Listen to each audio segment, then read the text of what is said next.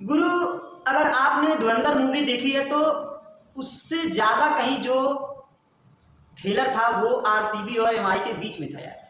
हाँ, मतलब जिस तरह का कल मैच हुआ आरसीबी और एमआई के बीच में, मतलब एब्सोल्युटली सिनेमा था यार। हार्दिक पांड्या के भाई कुणाल पांड्या, जहाँ लोगों का ध्यान हार्दिक की तरफ होता है, लेकिन जो बड़ा काम होता है वो कुणाल पांड्या करते हैं। चाहे आरसीबी किसी भी हालत में हो, आप कुणाल को ले आओ, चाहे वो बॉलिंग हो चाहे वो बैटिंग हो, उन सब में वो खड़े नहीं करते हैं यार।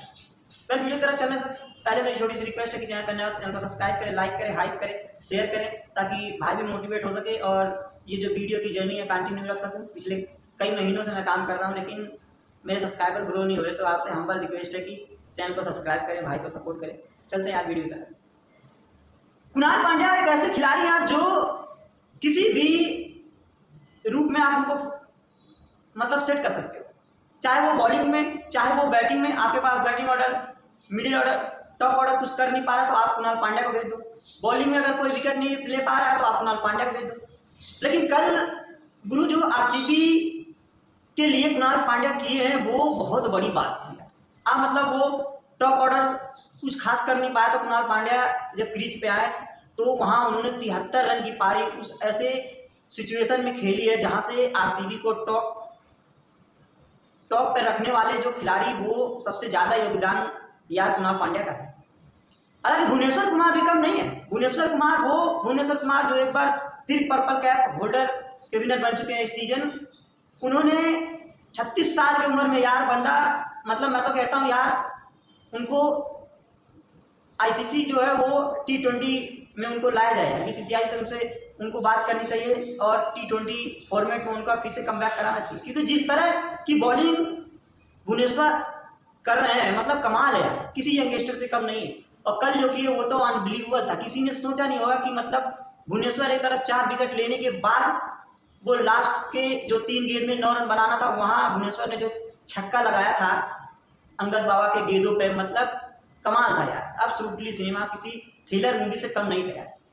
मुंबई को इस सीजन आरसीबी ने इस टूर्नामेंट से बाहर कर दिया है। हालांकि मुंबई मैच में वही पड़ी थी जहां पे 2 विकेट गिरा था, वो पाटीदार के बाद जो टीम डेविड और वो दोनों लगातार विकेट गिरा था, वहां से मैच मुंबई के हक में चला गया था।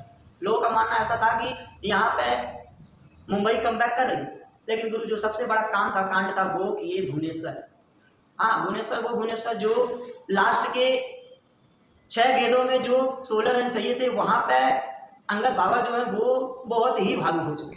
हाँ, मतलब आरसीबी के लिए अंगद बाबा बहुत ही भावुक हो चुके, क्योंकि वो पहली बॉल वाइट बॉल, उसके बाद फिर वाइट बॉल, उसके बाद नो बॉल, मतलब जो सिलसिला था अंगद बाबा के साथ वो बरकरार रहा। मुझे तो एक बात समझ में आई कि मुंबई इंडियंस के पास दो जो इम्पैक्ट प्लेयर थे, वो आपके पास शार्दुल ठाकुर थे इम्पैक्ट प्लेयर के रूप में, आप शार्दुल ठाकुर को ला सकते थे, लेकिन उन्होंने नहीं लाया। और मुंबई ये दूसरी बार ऐसा की है कि इम्पैक्ट प्लेयर को लाने के बाद यूज नहीं किया।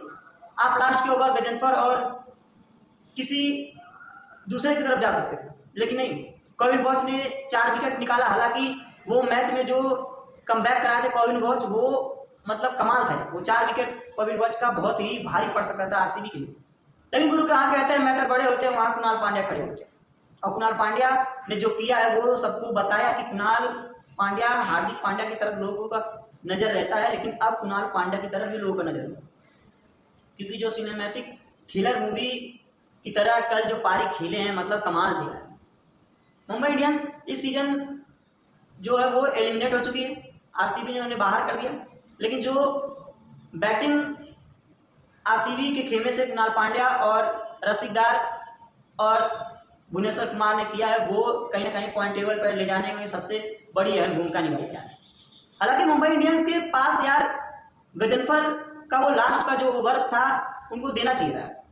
गजनफर एक ऐसे मुंबई इंडियंस के बॉलर थे जो इस सीजन हाईएस्ट विकेट टेकर भी थे, लेकिन अंगद बाबा की तरफ जाने का मतलब नया बॉलर जो डेब्यू कर रहा है उस पर बहुत प्रेशर पड़ जाता है, और कहीं ना कहीं ये जो प्रेशर था वो मुंबई इंडियंस को लीड हुआ। हालांकि जो रन थे स्कोर बोर्ड पर वो कोई खास नहीं थे, 166 रन। आरसीबी उसको भी चेस करने में मतलब क्या ही बताऊं यार कि कौन जीत सकता था कौन हार सकता था, ये पलड़ा दोनों तरफ भारी था। लेकिन लास्ट में जो घटा वो तो एब्सोल्युटली सिनेमा से कम नहीं था।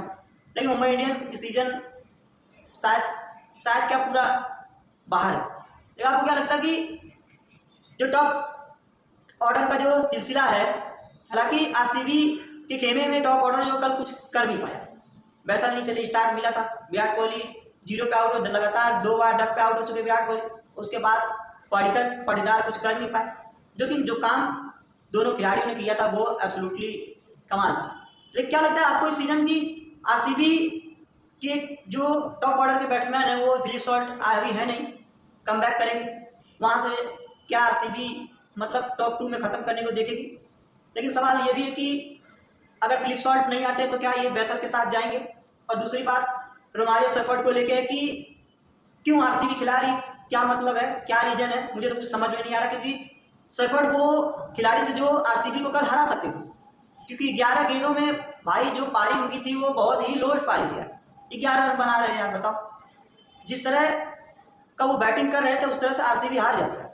लेकिन खुदा को जो मंजूर होता है वही होता है जो भुवनेश्वर ने किया। एब्सोल्युटली यार, मैं तो भुवनेश्वर का फैन हो चुका हूँ, क्योंकि इस सीजन साल 2016 और 17 में पर्पल कैप होल्डर बने थे, और 9 साल के बाद बंदे ने फिर कमबैक किया और इस सीजन भी पर्पल होल्डर है। 4 विकेट और लास्ट में वो जो 6 लगाए हैं यार, मतलब कमाल था यार। आपको क्या लगता है कि भुवनेश्वर का कमबैक होना चाहिए इंडियन टीम में? फिर से कमेंट सेक्शन में जरूर बताओ। चैनल पर नया हो तो चैनल को सब्सक्राइब करें प्लीज। धन्यवाद।